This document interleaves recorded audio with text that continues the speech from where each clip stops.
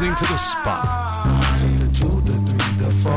Fellas, I'm ready to get up and do my thing. I want to get into it, man, you know. Let me tell you something, man. These are everyday common folk, working people out there. These laborers.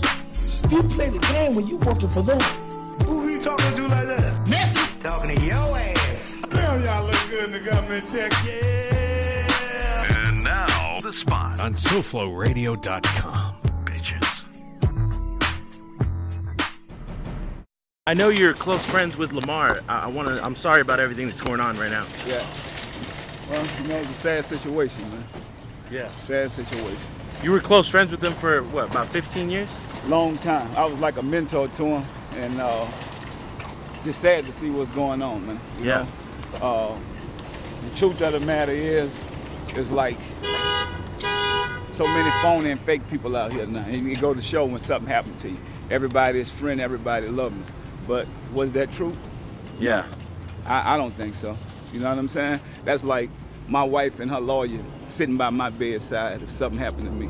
Oh, okay. It ain't real. So you're talking about Chloe and Chris and... Well, I'm talking about Kobe. I'm talking about all this man wanted to do was play basketball.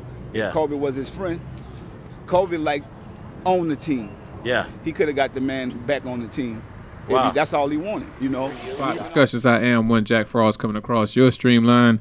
I've got some artistic vibes off in the spot right now. SpeakerBoxx is in the building by way of one L Boogie. Hey, talk to him, man. What's going on, people? What's going on out there? Man, making it happen. And we had to talk about your beloved Lakers, but it's bigger than basketball at the moment, of course.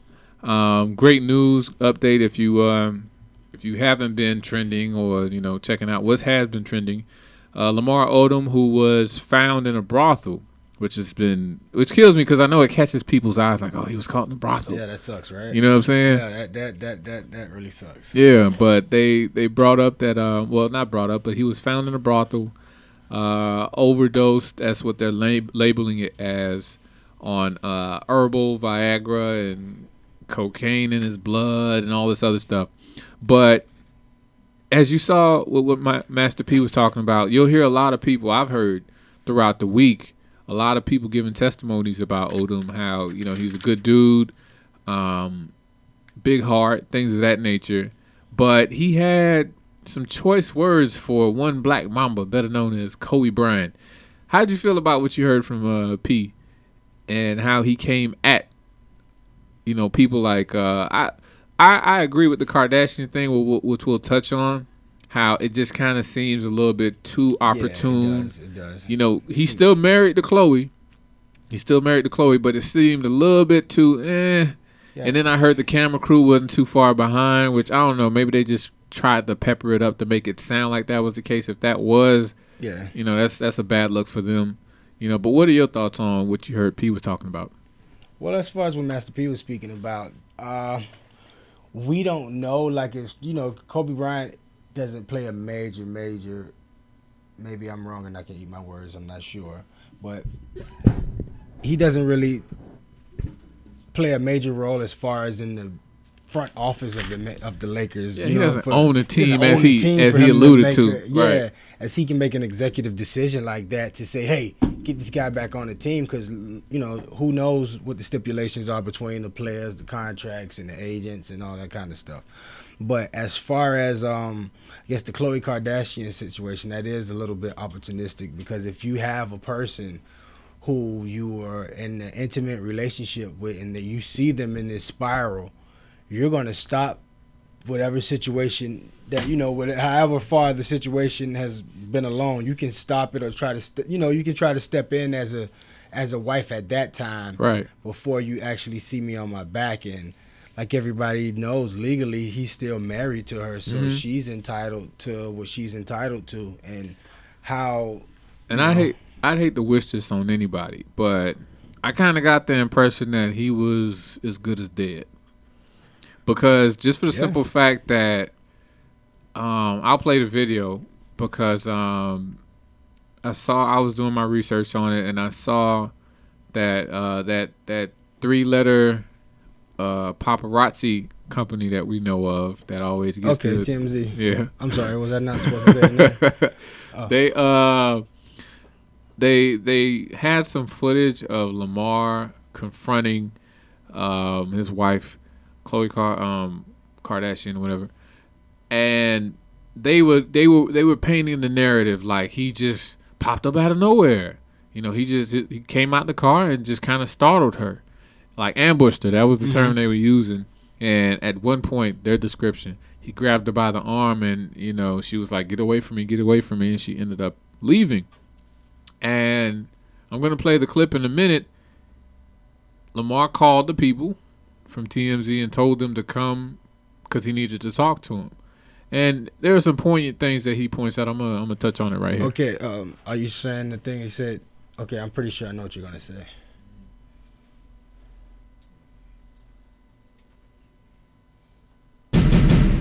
I don't believe in what y'all do. You feel what I'm saying? I don't believe in following people around. I don't Twitter. I don't Instagram.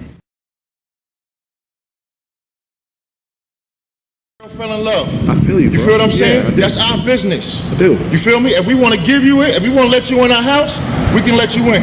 Right. And we can kick you out at the same time. Right. You know what I'm saying? Do not you. disrespect my space. Do not disrespect my character because that's what y'all been doing. And from day one, even if half the things were true, even if half of them were true, people know who I am. And y'all have discredited me, beat me down, took my confidence, took everything away from me. You will not do it again. Okay. I know what your company is about. Okay. I know what they doing to brothers. I know what y'all doing to the rappers. I know you want them beefing. I know you want them arguing. Y'all don't do Leo like that. You don't do Brad like that. Y'all don't do them like that. And I sat back and took that. It's been taking this. I know you have. 2 years straight. I know you have. I know you have, bro. 2 years straight. I know you have. Can't nobody bounce a ball better than me and nobody want to with me. Hey, wait a minute. I don't know why T.I. keep popping up.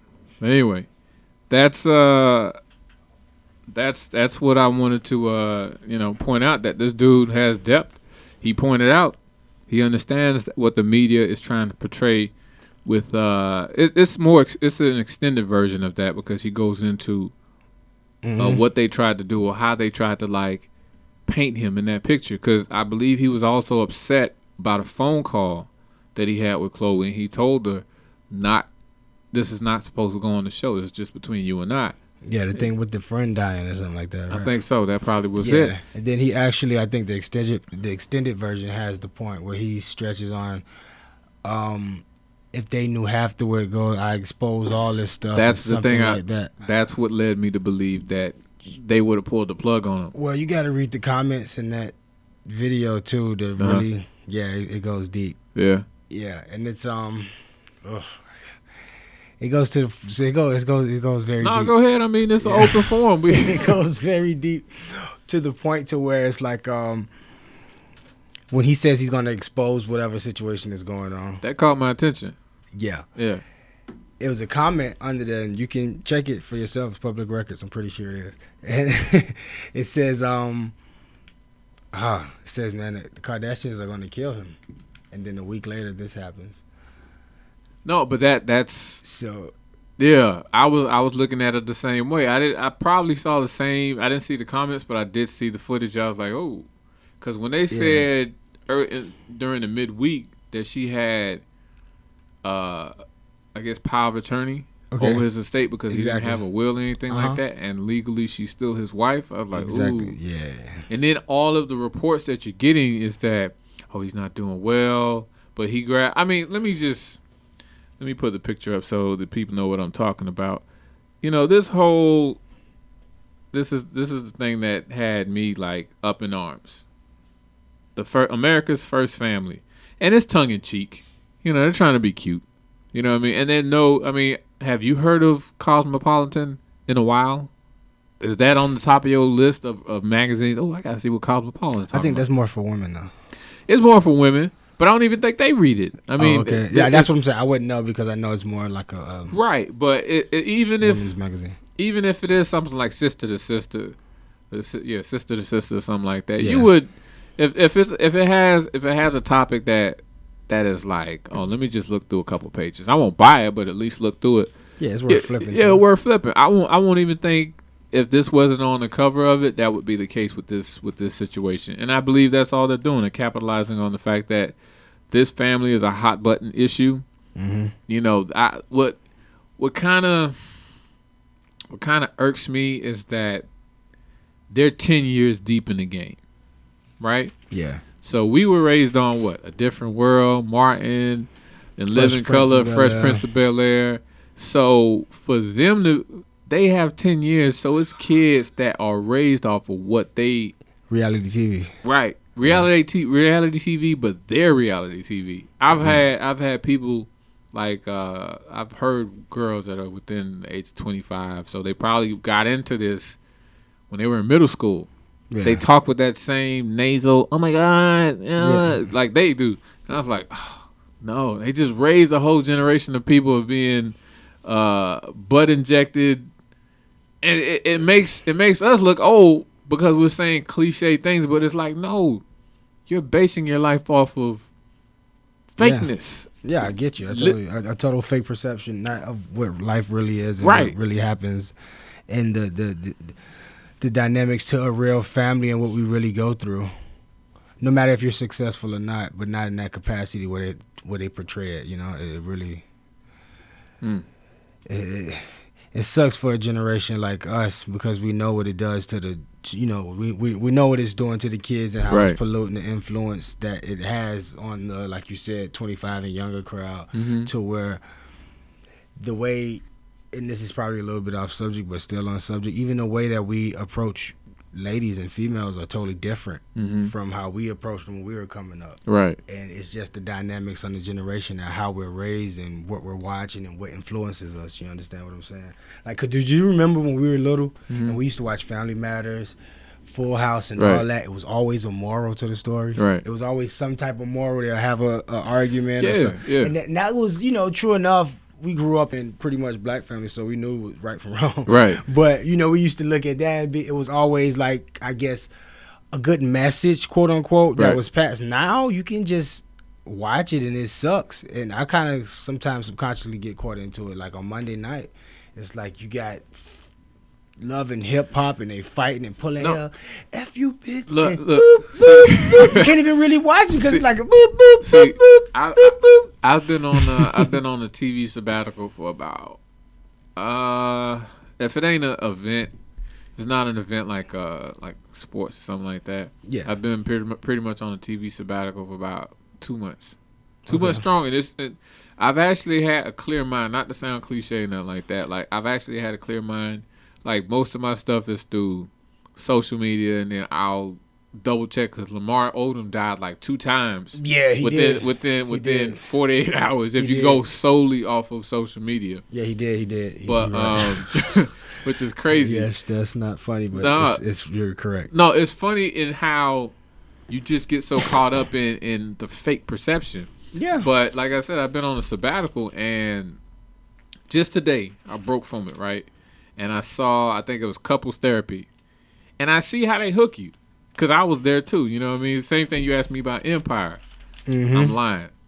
I just saw my first episode of Empire last week, this season. And I just wasn't compelled. Like, I just looked around. I remember, you know, Power, that's my joint. When Power came out. Power is it's not, I ain't gonna say it's very real, but it's more. It's well written. It's more, yeah. It's well put together in a way that it's not portraying us as a people to be like some type of unprofessional, unarticulate. I think it's more very like ratchet, if that's the word, or you know, you got tinges of ratchetness, but it's not overt. You know, I feel like it's not at all. I feel like Empire is like not only it's a musical, it's a Tyler Perry musical, but more gay people. Nothing against gay people, and I like variety, but it's just more or less like this is what it's gonna be. And yeah, here, right? Right, exactly. Like you just take it, and I'm more or less with Power. It's a little bit more subtle. They have a gay character. the villain. Okay, yeah. Yeah, but it's not based off of that. It's based off of the story itself. Exactly. Like with this one, with Empire, I feel like it's like, what are you getting into? Mm-hmm. Like with Power, you're looking at it more or less like, wow, this guy is the premise of the show is like this guy is trying to clean himself away from a former life. Exactly. So we go through this walk with the character. Mm-hmm. What in your premise and your idea of what you see from Empire, what do you see that you're getting out of it? Because I got most of it. It could have been like Roots, just really badly done. It could have been like Roots, where it was a whole mini series for a whole season. I didn't have to see another one. Yeah. It doesn't really portray anything as far as that I see it. It's kind of like a mockery of what our culture is about, to be honest with you, from my perception. But see, that's the problem. Like anybody that speaks objectively and don't have like what they say, I don't have a dog in the race. Exactly. You're looked at as lame, or you don't get it, or you're just old. And I'm like, no, it's like for me, if I go watch a movie, like I like Straight Outta Compton because cinematically it was well done. Exactly. It was the best hip hop movie put out for the simple fact that F. Gary Gray filmed the hell out of that thing. Yeah, and you know what I'm saying? It was real. It was what we knew. It was raw. It was you understand? But it's still we all sat there was like, that's not Dre. Dre was not. I said that same thing too. Yeah, I said that same thing. Like who didn't watch that and say no? What are you gonna name the label? Dramatic pause. Aftermath. Get the fuck out of here! Like seriously, come on, seriously. And then he's swinging on people in Death Row studio like yeah, that. You're swinging on blood. That happened. You're swinging on OG Pyros. Right. Yeah, that's gonna happen. Definitely. Yeah. In the middle of LA. Sure, Dre. How many people just sitting there like, yeah, sure, Dre. So, yeah, it did what it had to do cinematically as far as like it looked like when Homegirl. If you didn't see the movie, I'm sorry. It's going to be spoiled, so just pause the show right now. When Homegirl, when they had the battering ram, and she just flew. You know what I'm saying? That was, you didn't know what. I was like, wow, this is gonna be something different. You know, because I didn't know what to expect with all the hype that was being built around it. So I got you. You know, with that. You know, it fed into some of the typical cliches, and that's cool. But my whole thing is to show variety, you know, and I guess that's what they're doing. But it's being done on broadcast network television, so I guess that's why it's getting so much flack or whatever. But you know, back to the Lamar Odom situation. You know, I felt like, you know, dude has a lot more depth to him, especially when you listen to the people that give testimonies, whether it's Dwayne Wade, I mean, with whatever Kobe said, I mean, whatever Master P said about Kobe, the dude left the game. I think he was in the game. It was a preseason game, and that's why I said I don't really agree with as far as what Master P actually said about the Kobe. I mean, about the Kobe Bryant situation, because he's not, like I said, in HR or anything like that. Even though he does have a huge influence over the LA Laker general organization, but I'm pretty sure he doesn't make calls like that.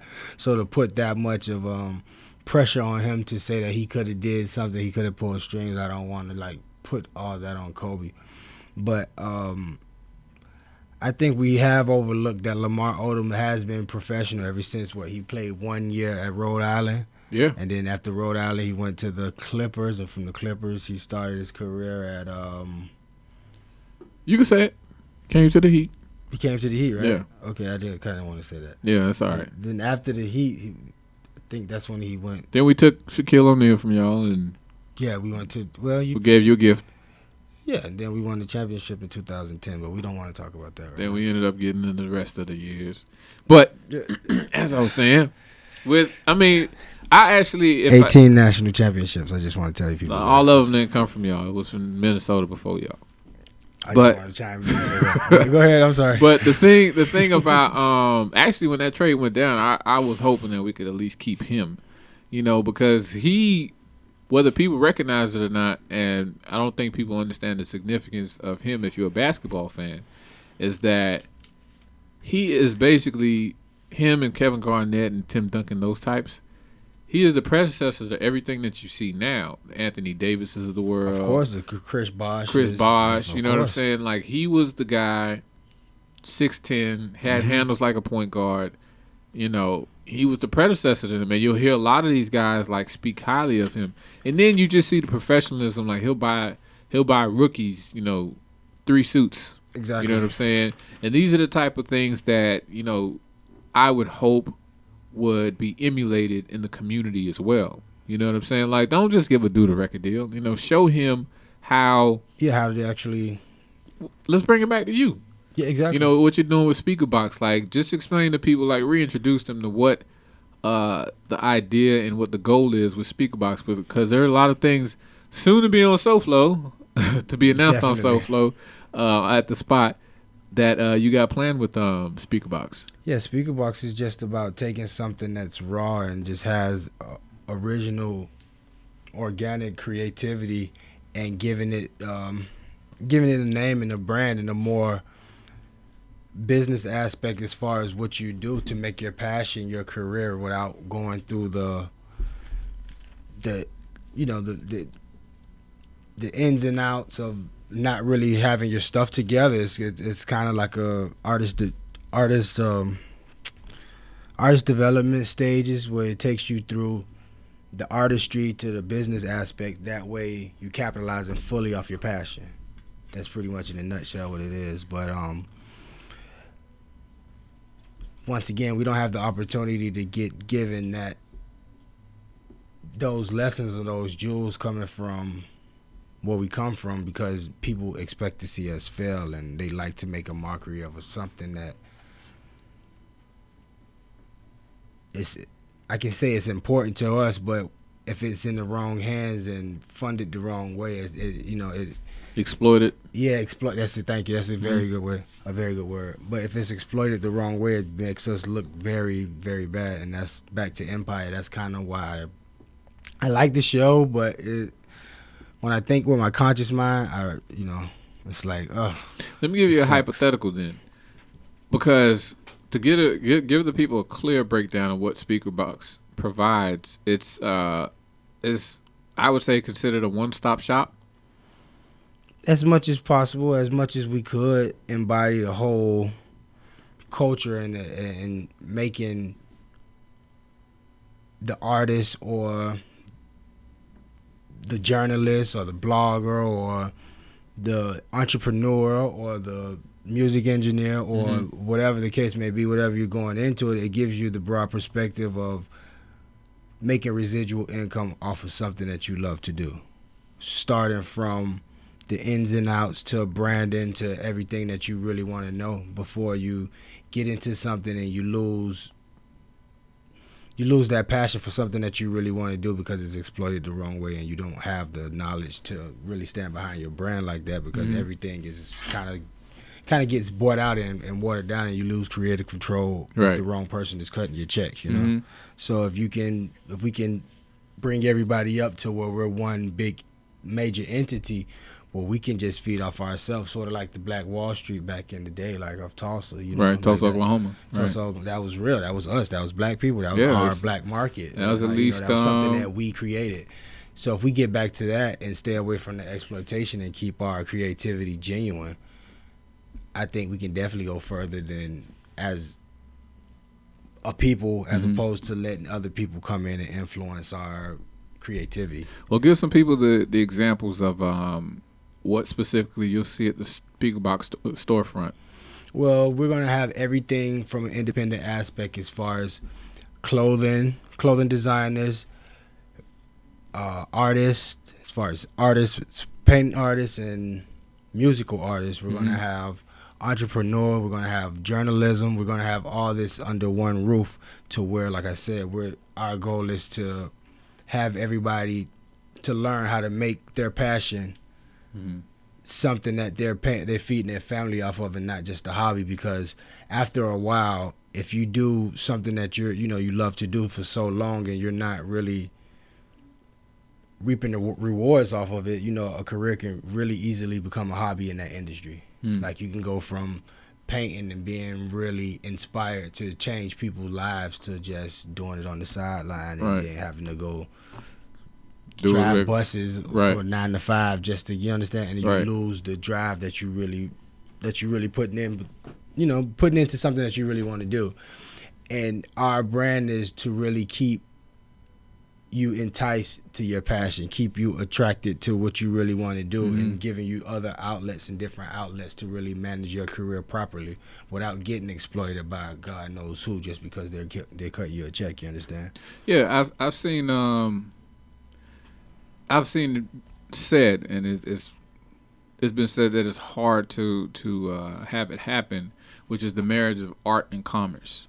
And they said that to be a creative and still do the checks and balances is considered difficult. You know what I'm saying? Because how can I create the next, Picasso joint or whatever the case may be, and still like be on top of my checks and balances and try to worry about this snake trying to get in my pockets and this, that, and the third. So you guys would be like that buffer.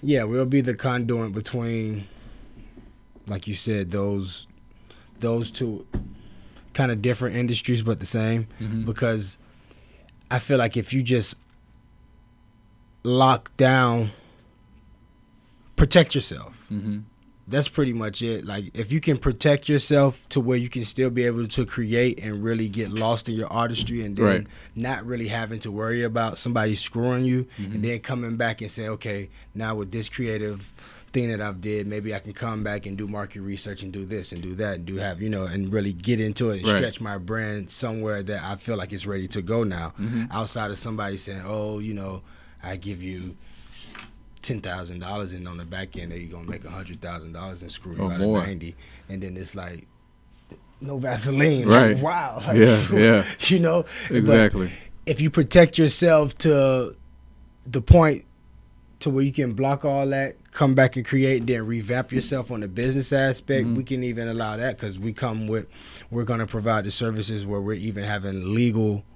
legal representation and all that for different entertainment entities and all that, just to protect yourself. Right. And you can come back and you can hire who you want to hire and put whoever you want to put, because like you said, every artist isn't a businessman. It's few and far none that to have a Jay-Z or a Puffy or something like that. It's like, wow, this guy is. But if you can really sketch out and give them some type of blueprint and some type of outline as to where they at, where they want to go, and what they really want to do, they'll find a way to make it work. And in the process, protect themselves to where they can always come back and revamp anything that they want to do business, in their business. Well, the reason why. Well, you can correct me if I'm wrong, because I got an idea what you might be doing, because I think Chris Gotti has something similar to where he was adamant in this interview that it's not a label, but he's got at least 20 some odd years in the business, and he's fostered a lot of relationships.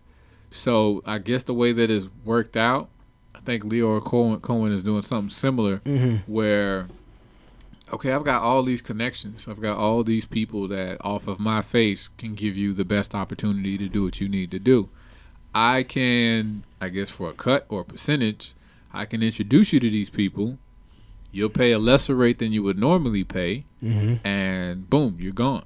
I think for Leo Cohen and his group, I think I was reading the latest Source Top 30, Power 30, and the name of the company, well, I'm not going to give them no shine, but the company oversees, I'm trying to name the most recent, the hottest rapper right now. Just name the hottest rapper. Future? No, not Future. Drake? No, that's way out of their league. It's somebody like low level, but on the come up. Not Lil Durk. Like in the Chief Keef range or something like that. Okay, I got like you. They're over. They got like at least 3 of them that are popping right now. Fetty Wap.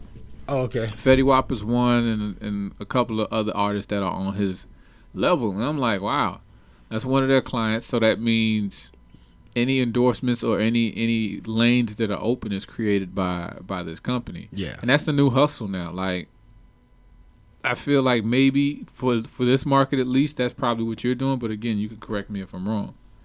No, that's pretty much what we're doing. Just the artist development program to where you can, like I said, still thrive in your passion, but protect yourself business-wise to where you can come back and revamp yourself after working on your project to say, this is what I need, this is what I don't need, this is what I can do without, this is what I, it gives yourself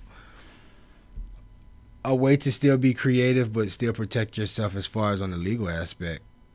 And then we would have different, because I'm still learning myself that, everything to me is not really new and fresh, but I've been doing a lot of things independently on my own for a while now. So the only way I really know is independent, not to ask anyone for help, and always protect yourself to where you do have these big Fortune 500 companies come in and buy you out or even want to franchise you. You're ready for that opportunity. You know? Like if I have anybody come and endorse SpeakerBoxx with, let's say, $50 million and say, hey, let's put these all over the country in every major city, I have to be ready for that. Because at the same time, I still want that opportunity. I don't want to not be ready for something like that to come, or even sign that deal and get screwed out of my business. You understand what I'm saying? So you have to, it's just about opening your eyes and your awareness as to what you're doing, and just learning as you go. Yeah, making the best executive decisions for yourself and your personal brand. And that's pretty much it. I'd have an idea, but of course you would have that. You'd have to have that concrete stuff, because in my mind I'd be like, well, yeah, you could have SpeakerBoxx, but I get a percentage off of each franchise that you open or something. You know what I mean? Like, yeah, you have a lot of different entities that's been built that they get bought out, but it won't run how it would run. Like, you got to remember when they bought Def Jam out, who did they hire to run Def Jam? Russell. Exactly. So you can't. I designed this bus, but guess who know how to drive it? Right. Exactly. So they can mimic our creativity. They can exploit us as much as they want, but they can't. They don't have that spark. They don't have that charisma. They're not in tune with how we're in tune with what's going on, and they can't mimic that. They can't buy that. That's something that's not for sale. Yeah, but at the same time, I feel like there has been a formula created, whether it's you playing ball or I mean, how many dudes from not Otis Redding, but like James Brown and Jackie Wilson. I'm doing I'm a history buff when it comes to stuff like that. They didn't been dicked like horribly, and it's off the humbug tip. Yeah, like it's just like, yeah, this is my buddy. He's my friend. Same thing with Jerry Heller and NWA, like you seen with Jerry Heller, Eazy-E, and it's the same thing. Yeah, but Suge was supposed to be the change, but I really think that he got dicked too. In all actuality, when you and this is just my opinion. I mean, not to say that he didn't have issues, but you factor in the fact that this man had his own distribution. After I believe it was the Chronic, that pretty much paid off whatever debt he would have owed to Endoscope, right, and Universal eventually, because they were a risk. Nobody wanted to touch him because Dre was, radioactive. I got you. And all this other stuff. So once they satisfied those debts, anything they did, they could have printed their own money. Yeah, they could have went pretty much independent, but we all know that that's the last thing that they want us to do is have our own independent distribution and like management and marketing. Like, they would never let a black man get that much power. That's why I can't watch 12 Years a Slave or any of these movies, because it's almost like you get to the top of the ceiling, you get to the top of, like we're in a jar, right? We get to the top of the jar and we about to take it off, and then boom, another one comes in. It's like I could tell you the whole narrative of any one of those movies. It always works out like, because we're subconsciously programmed to where that crab in the bucket theory. What is it? The Jim Crow? What is that? Willie Lynch. Willie Lynch. I'm sorry. The Willie Lynch theory, where it's like, I don't want to see you do, and that's the ones that make it, kind of like, and the enlightened brothers that's understand what's going on you can't really show them like you know what you know, or you won't get that opportunity. So no, I've what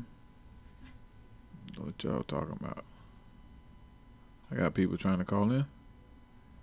Now I had this epiphany and thought earlier today, like racism isn't like designated just to white people.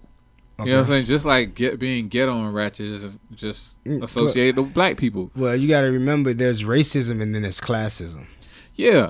Only in America racism exists how it exists. Everywhere else that you go, it's about classism. Period. You know, it's about what you are, who your family is, what you know, how you know your level of thinking. Period. You can be purple, black, blue, gray, yellow.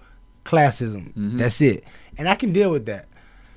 Racism comes with stereotypes, vice versa, this and that. You might get me mixed up for Tyrone. When I'm not Tyrone, I'm Adewale. You understand what I'm saying? So it gets it to a point to where you have to break down too many variables when you. Well, I think that's what it mutates into. It mutates into classism because, like I was saying, like it's not that stuffy white dude or the redneck white dude that has an issue with you. It's probably the black guy that's friends with them. Like, yeah, those can't stand those types. He's just as bad. Yeah, he's just hidden under a different melanin. He's hidden under melanin. I get you. So, I got you. So when you sit there and look at it more from a broader standpoint, you can't sit there and be like, "Oh, these crackers." No, it's more than that. That's what I said. I deal with classism. I don't deal with. Yeah, when I hear like, let me make sure. I gotta make sure I look this way. When I hear someone speak about the other race or anything of that nature, like speak objectively. Don't go to the cliche route or they've been trying us and this, that, and the third, because you can't. That's not gonna get you nowhere. That's not gonna get you nowhere. You're no better than the ones that sit up here and call you whatever jigaboo or whatever the case may be. You know what I'm saying? Because you sound just as ignorant as they do. But I'm waiting on Peter Bailey here. He said he's calling, and I probably missed his call. Peter Bailey, journalist for the the New York Times, and also the Miami Herald as well. He should be calling in here and talking a little bit further, because I read one of his posts. You should check him out. Facebook, I am Peter Bailey, also on Twitter as well, about the Lamar Odom situation, where he was talking about some of the things that we started off with, where it's kind of sad and depressing, like the place where we're at now. Like, you want to talk about ignorance, like the people that are Jesse Jackson was out there. Jesse Jackson was out there, and it's like, come on, man. See where we're at now. Like, anything that somebody objective wants to say, it gets shot down when you have people like this that are making a mockery of something that, hey, this is a serious situation, addiction. We could speak on it. You might have a family member that's dealing with it. Like, here's a way for us to, and this guy, Lamar Odom, from everyone that speaks to him, says that he's a very open guy. The little clip that we just saw, he seems like a brother with depth. And for it to kind of just be swept under the rug and him being turned into a caricature, you got the skeptics that sit up here and say, well, he signed up for it. Yeah, he did. But at the same time, he's still a human being. You know what I'm saying? Like, just because a person plays sports or they're a TV personality, if I'm sitting, don't ever talk to me while I'm eating. And that's not a diva. I don't even have to be. Two people could be listening to this show for all I care. At the end of the day, if I'm eating and I haven't eaten all day, man, do not bother me. Out of courtesy, if I'm in a position where they are, where these people put me in the position that I'm in, yeah, I'll sign and then all that other stuff. We're not gonna have a conversation. I'm gonna put this food in my mouth. You're gonna have to take a picture and all that stuff, and that's the end of it. But a lot of times, us as viewers, audience members, or whatever, you feel like these people are indebted to you because they've created a persona or a character that you fall like Cookie. You know, reference the reference Empire again. The character that keep on messing up her name after all this time. Taraji. I keep calling her Tahari. Taraji Henson's character, you know, she's hit such a nerve with this character that, you know. Yeah, she has. Even, sorry to cut you off. Go ahead. It's certain things we shouldn't joke about. We shouldn't take it there. But even the last episode, I think it was like some type of, I can't understand what kind of comedy this was. She got through in the police car and she was like, if I die while in police custody, I did not commit suicide. Right, I saw that. And I didn't find that funny at all. See, that's the thing. Like, I walked in on an episode of A Different World, and it blows my mind like how they were just like right in your face with social issues. I think one of the issues was this guy, he was a felon, and I think he hid it from everybody. Mm-hmm. And you know, once they finally found out, I think a couple of the people within the lynch mob, as I would call it, oh, you hid this from us. I don't know. I forgot because I walked in on the episode, and I was visiting somebody. I walked in on the episode, and it kind of struck me like, I guess they felt like he must have raped somebody or whatever the case may be, but it was severe enough to where the whole room was like, he's ostracized. Yeah. And I think one of the people, my bad, I'm trying to. It's all good. One of the people, I think their father was a felon, and it's one of those moments where the character has the audience's attention, both on screen and of course the viewing audience. Mm-hmm. And he's like, you know, if I would have told you, would you have accepted me? Would you have dated me? Would you have given me a job? Would you give me an opportunity? And that's speaking to the people that are living. You know what I'm saying? Think about that, and think about what you just said, where they basically made a mockery of the Sandra Bland situation. I guess in a way you want to be funny about it, but at the same time, it's not a funny subject. It's not a funny subject because it's nothing funny about that. It's still happening. It's still, after that happens to her, it's going to happen to somebody else, and it might not be as publicized, but you know, in their minds, I guess they're saying, hey, at least, hey, you're on the spot. Hey, what's up, Jack? How you guys doing? Hey, what's going on, brother? Mr. Peter Bailey calling in. Yeah, man, I just got back from the University of Delaware. Had a real good talk over there. So come back in the city, man. Happy to check in with you folks, man. Man, appreciate that. Appreciate you. I've got L of SpeakerBoxx. I'll tell you about that. There's some real good things going on in the community as far as like meshing art and commerce. I'll at some point I'd hope to once you bring back Nightcap, I'll bring them through and you guys can finally meet. That's great, man. That's great. How you doing, brother? How you doing? How you doing, brother? Well, I wanted to talk about the post you had recently, well today, in regards to the whole coverage of the Lamar Odom situation. We just played a clip of Master P's comments where he was more or less admonishing Kobe in his perceived lack of support for Lamar. But you were more or less talking about the First Family, as they're called by Cosmopolitan magazine, the Kardashians' involvement and how this man is being painted. Just your thoughts on it. You know, as far as I can't speak on perceived support or whatnot, because I'm sure, you know, Kobe and Lamar have a real relationship. So, you know, I'm sure Master P and him and Lamar have a relationship. My thoughts was more so upon this culture that we've created, bro, where it's a climate of degrading gossip that we found to be entertaining. That we basically wake up every day and we consume the most negative things about each other, and we digest this as food.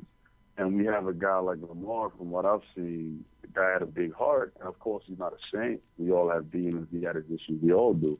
But I'm not saying that the media created his demons because, you know, he had issues in his childhood and his past. But the media definitely, we can say it tipped him to that boiling point.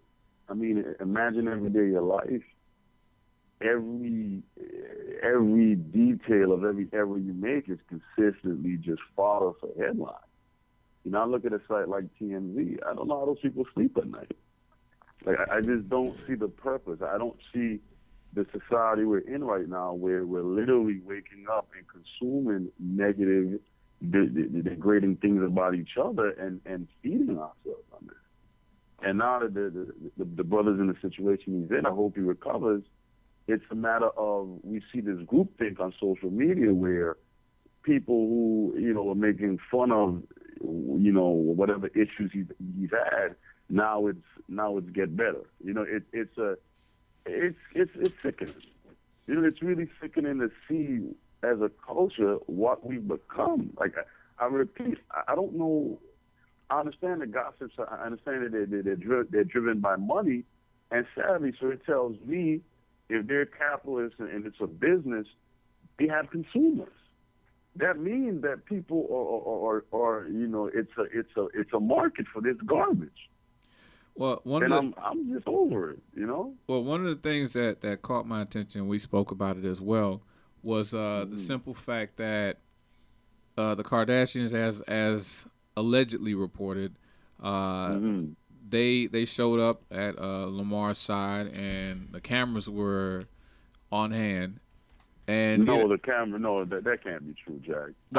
I'm hoping it's not true, but that's Jack. No, I hope. Okay, there's levels to that. It's entertainment, right? And I guess, but tell me that's a rumor, please. I hope it's just a rumor. I mean, it's alleged. It's alleged that they were out there, but you know, you can't put too much past this family, and I don't want to make it solely based on this family, but they kind of perpetuated this thing that is going on.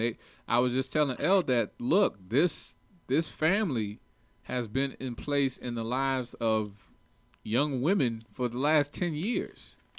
That's 10 years. I mean, we were just talking about an episode from a different world, but we come from that era of a different world, Cosby Show, Fresh Prince of Bel-Air, you know, In Living Color, all these things.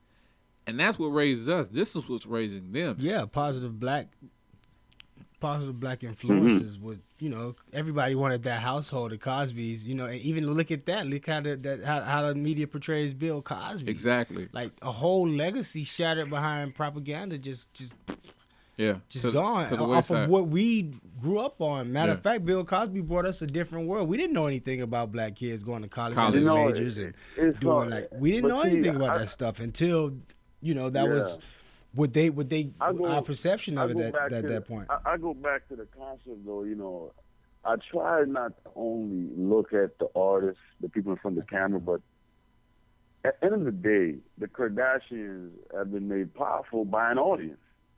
So what does this say about the audience? And see, Jay, this is what I'm trying to get at. What does this say? People say that there's negative news, there's negative artistry, but someone is buying this. So in other words, an artist is not a star is not a star without a fan base. So what does this say about us?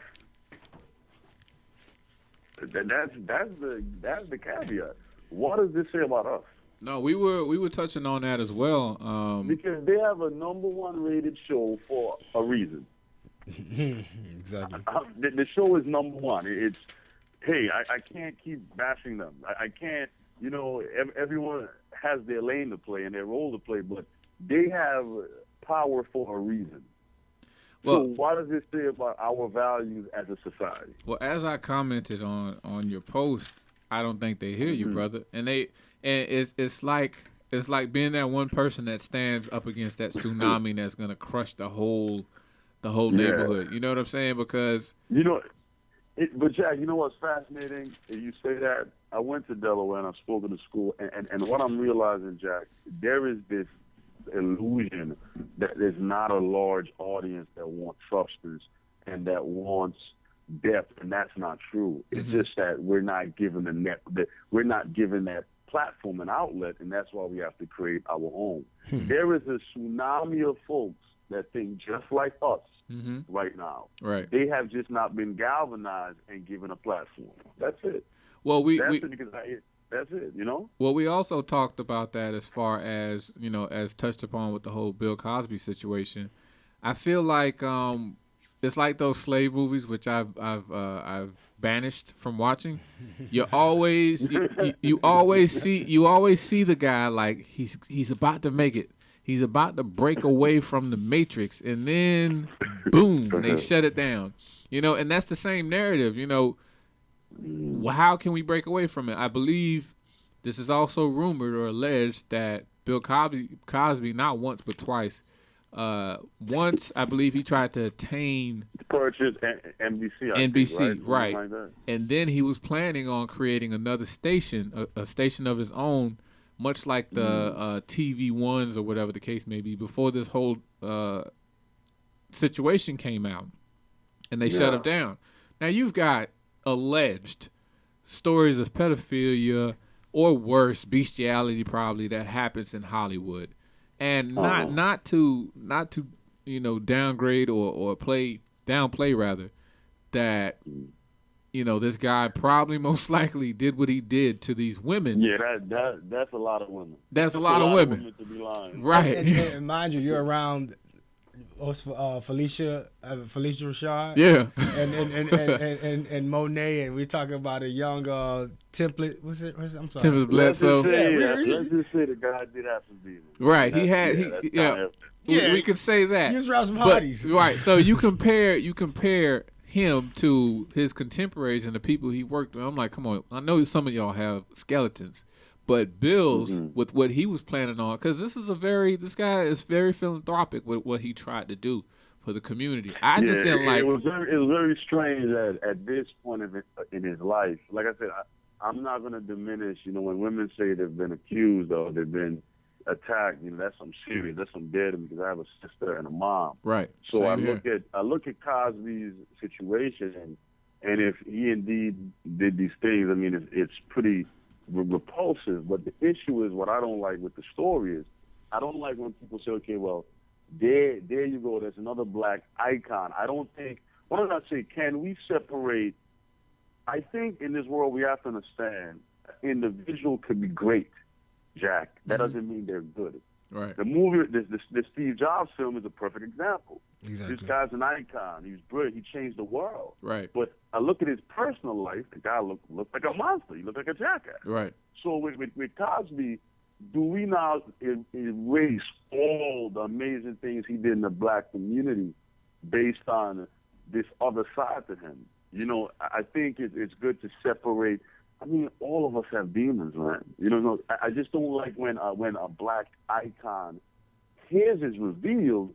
It's like, let's erase the legacy. Other stuff they did. Yeah. Well, you know what I mean? It's interesting. Which is why I had to have you on because of the whole Lamar Odom situation. Because a lot of people sit here and be like, well, he was an obscure player, which if you follow basketball, like we spoke about earlier, this dude was he was ahead of his time for the role that he played in basketball.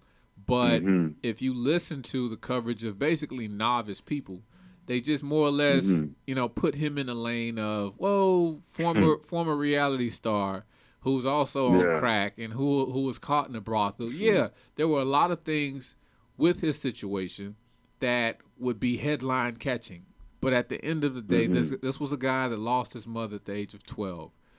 His maternal grandmother that raised him died shortly before or after his infant son died of sudden infant death syndrome. And then his close friend died 4 months ago this year. So this is a guy, and plus, as we talked about, you know, as sports fans or whatever, he was very entrenched and very loved and very much loved the organization he was with, the LA Lakers. So when he was cut from that team, a tailspin began. All of the things that he kind of kept on the low, the demons that we spoke of, came up, you know. So, you know, these are things that in these times, like you said, everything is so sensationalized and of the moment. You'll have people that poke fun at a very sensitive situation, and that's what's crazy about the times. That's what. But you know, Jack, what I'm tired of is our people. And let me explain what I'm saying.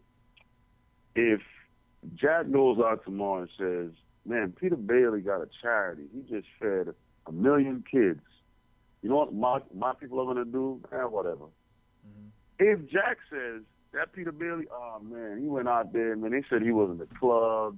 He done knocked a woman over with a bottle. You know what we're gonna do? I told y'all he was a fraud. Is it on YouTube? Our people are so backwards, readily, easily accepting of all the negative about us, man. Yeah. See, that's what drives me crazy. It is so easy to get black people to accept anything negative. It's like we're waiting for it. Yeah. We're waiting for it.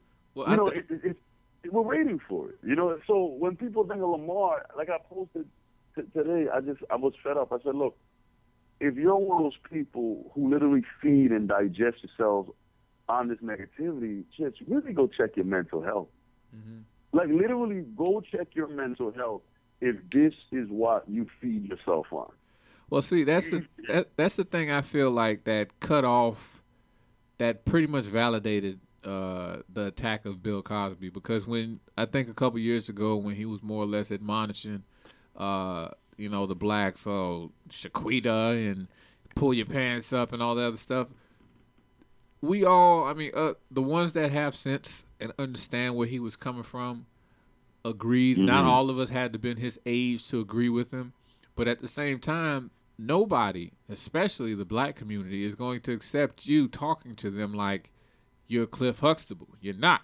You're Bill Cosby. Mm-hmm. You know what I'm saying? Mm-hmm. So simmer down a little bit, use a different tone, and convey what we would need in order to be in a better position. And I think that's what shot himself in the foot. I think that Bill was so critical in that stance that now it's like, and that's why you gotta be careful with the holier than thou thing. You gotta be careful with the holier than thou thing. You're right. I mean, he did kind of, but he did. Yeah, he did. Like a Michael Jordan or something like that.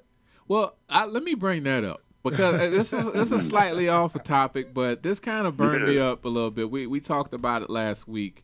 The whole Stephon Marbury. Actually, you touched on it as well. I posted. Oh yeah. I mean, I'm so happy. I've been wanting to talk about that. I'm so happy. It's ridiculous. Black kids have been killing themselves over these sneakers for years. Yeah. And nobody cares. Yo, I think what Stephon is doing is amazing. It's a great marketing ploy, by the way, but it's a good marketing ploy. Right. At the end of the day, he has to. It's a business, so he has to make some kind of business. But still, I think good business, Jack, is when you can feed yourself, you have a comfortable cushion, but you're also doing something good. Yeah. A sneaker that's $200. Look, I don't buy sneakers that's $200, Jack. I'll buy some Ferragamos. That'll last a whole lot longer than a pair of sneakers. I'm a frugal cat. I am as well, but I know if I buy a pair of Ferragamos, they're gonna last me at least 10 years. All I gotta do is just wear them, put them over there, and they'll be right there when I need them. But Jordan is a phenomenal basketball player. You can't take that away from him. Yeah. But you know what? The things that I've heard, I don't know if you heard about the Chameleonaire incident. I've heard a whole lot of things, and that's why I made the comment about we are such in a hero worship, celebrity obsessed society. People have to understand something. You can be an amazing businessman. You can be an amazing athlete. You as a human being, that's a separate order. Mm-hmm. And I think that people need to stop mistaking fame and hero worship and just accept, like you said, the man is an amazing basketball player. Right. Now, is he a humanitarian? Who knows? Maybe not. Nope. But to say that someone who is critiquing that or is a hater of Jordan, no. They're just speaking truth. That's all. I think that's the biggest thing that we're up against right now. Like when you sit down and digest certain things and you speak from an objective space, you just, like with the Kardashians, if you were to say anything, because of the 10-year track record that they've gained, if you say something with any form of objectivity, you're viewed as a hater. Of course. Exactly. You know, and that's the thing that like kind of boils me a little bit because it doesn't allow you to speak your mind and say, look, there's something wrong with this situation here. We should do something about it. Oh, why you being a hater? Why you bothering with a good thing? Exactly. You know? But it's the culture we live in right now, bro. It's the culture we live in right now. Now, in your assessment, do you think that this is something? Is there a silver lining at some point? Yes, the silver lining is when the thing just goes really south. When hopefully Lamar recovers. I mean, I think I read somewhere that he woke up. I don't know if that's true or not, and that'll be a blessing. I've been seeing multiple. Silver lining, the silver lining. I mean, it occurs when the main issue occurs when something really bad happens. When something and we sit there and we're like, wow, you know, and if I don't know, Jack, if we don't get a hold of our humanity really soon, I don't know what's going to happen. You know, what pushes a society forward, a democracy forward, it's its conscience. It's its social responsibility. It's its feeling. It's its belief and optimism. Yeah. It's belief and optimism. I mean, the people who created America, well, no, that's a whole other story. But it was a belief and optimism that lifted us. Yeah, I know. Yeah. It was a belief and optimism that lifted us out of slavery. Right. It was a belief and optimism that, you know, we're on an iPhone right now. Yeah. So when we start to really feed ourselves on cynicism, where are we headed? Like, really, I mean, when we wake up every day and we are consumed by the ugliest side of us, where are we headed? And that's where we're headed right now. Well, that's the thing. I mean, it's crazy. Like you said, we need to build our own independent networks where we can portray the positive side of our culture to where, like you said, it's a whole tsunami of conscious, enlightened individuals like us who really would stand behind something that means something. Right. And that will, you know, stand on something. Because I have a daughter, and you have kids as well. Right. And I know we are working on our legacy, and this isn't going to be our legacy. Like, you understand what I'm saying? So I think if we come together as a whole and focus on building together our I was just reading a book. What's the term? It was our strong economical background as far as a community. Right. Then we can we can actually step and take a foot, you know, and take a step forward in the right place. At least as far as trying to, like you said, have that optimism where we can that put us out of slavery and that put us out of segregation and a lot of other things like that. I mean, we have to. Because, like you said, I mean, end of the day, you know, we're not here forever. Yeah. You know, I mean, our legacy. You know, what are we gonna be known for? Like, literally, I mean, what are we gonna be known for? The guys who made a lot of money and made it rain in strip clubs? Right. Exactly. Well, Pete, please inform them on the next nightcap because you had us suspended for a month. Yeah, man. Yeah, we're working on the next live experience. It's coming up, and it's going to be really special, you know, because I decided to really, the city really needed it. I mean, I'm actually going on the road with the shows. I was in California, but my people in South Florida like, no, this is a South Florida homegrown product. So the next show we're having, man, is going to be real special. It's going to be, you know, I'm a bridge builder, so I bring worlds together. So it's going to be a really special event. So you guys should be getting word about it probably the next week. All right, it's going to be something real special that I think the city hasn't expected yet. All right, we'll definitely have you off in the spot to do some press on it. And let the people know where they could catch you. Man, catch me at my social media at I am Peter Bailey. That's L-E-Y. I am Peter Bailey, L-E-Y. That's my Twitter. That's my Instagram. On Facebook, I'm Peter Bailey. The website is www.impeterbailey.com. All right. And L, let them know where they can find you. Well, I'm on Instagram at SpeakerBoxxMiami. Also Facebook and Twitter as well, SpeakerBoxxMiami. All right, this has been The Spot. Pete, I look forward to having you back through here, and I appreciate the word, brother. Man. Of course, bro. All right, take it easy. All right, bro. All right, man. Well, this has been The Spot. It's been real enlightening, well, on many levels. I look forward to it. L, you know, you're more than welcome. We look forward to Special combination of ingredients to relieve pain, to relax tension, soothe irritability. This is The Spot. It's a fucking movie, man. On SoFloRadio.com.